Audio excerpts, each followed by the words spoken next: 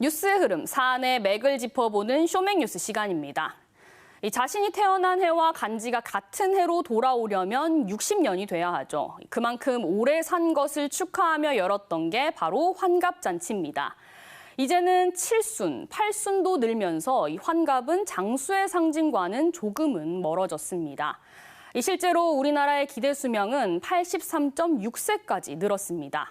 보건복지부 노인 실태조사에서도 전국의 65살 이상 노인 만여 명을 조사한 결과 절반 이상이 70에서 74살은 돼야 노인이라고 생각한다. 이렇게 답했습니다.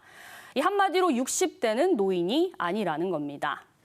이런 가운데 대구에서 대중교통 무임승차 연령 기준에 대한 논란이 불거졌습니다. 이 논란은 대구시가 오는 6월 28일부터 70살 이상 시민을 대상으로 시내버스를 무료화하기로 했는데 무임승차 기준이 65살 이상인 도시철도도 70살로 상향하겠다고 한 겁니다. 우선 대구시는 점진적인 방식으로 연령 상향을 추진하기로 했습니다. 이 버스는 오는 7월부터 75살에서 매년 1살씩 내리고 도시철도는 내년부터 매년 1살씩 올립니다. 그럼 2028년이면 두 교통 모두 무임승차 연령 기준이 70살로 통일되는 겁니다. 이 상향에 찬성하는 측은 65살 이상이라는 기준이 40년 전 기준이라며 사회 변화를 반영해야 한다고 주장하고요.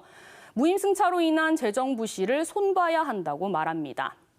하지만 반대 측은 우리나라 노인 빈곤율이 OECD 평균의 3배에 달하는 등 심각하다고 강조하고요. 정년 연장이나 연금 개혁도 같이 이루어져야 한다는 입장입니다. 그런데 이 팽팽한 무임 연령 상향 논란 속에 한 발 떨어져서 봐야 할 게 있습니다. 바로 대구 대중교통의 재정 상황입니다. 먼저 도시철도는 절반가량이 무임승차에 따른 것이지만 전체 손실만 900억 원이 넘고요. 준공영제로 운영되는 시내버스의 손실 보전 등을 위해 투입되는 대구시 재정지원금은 2천억 원이 넘습니다. 즉 부실한 재정 문제는 무임 연령 상향으로 다 해결되는 것도 아니고요. 상향하더라도 몇 년 뒤에 똑같은 문제가 발생할 수 있습니다. 이 때문에 해외에서는 노인 교통요금 제도를 조금은 다르게 운영하고 있는데요. 결론부터 말하자면 우리나라처럼 나이만 충족되면 누구나 요금 전액을 할인받는 제도는 찾아보기 힘듭니다. 먼저 미국에서는 이 주별로 다르지만 기차, 버스, 지하철 등의 30에서 50% 할인을 적용하고요. 영국은 런던의 경우 출퇴근 시간을 피해 차등적으로 할인해주고 있습니다. 프랑스는 60살 이상에 대해 시간대별 혹은 소득에 따라 할인율의 차이를 두고 있습니다. 룩셈부르크는 철도와 버스 동일하게 65살 이상을 기준으로 저소득층은 100%, 일반 노인은 50% 교통요금을 할인해주고 있습니다.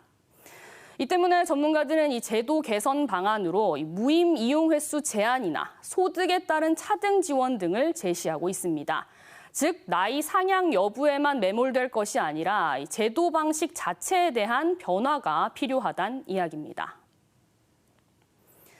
특히 공공요금 상승 추세 속에 대중교통 적자 보전에 국가 재정을 투입해달라는 목소리도 나오면서 세대 간 갈등으로 비화하는 조짐까지 보이고 있습니다. 하지만 노인의 교통복지는 사회적 고립을 줄이고 경제활동을 늘리고요. 운동 효과로 인한 건강보험료 절감 등 다른 사회적 편익도 많습니다.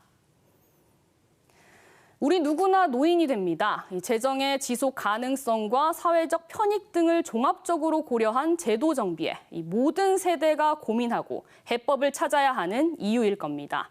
지금까지 쇼맥뉴스 오하영입니다.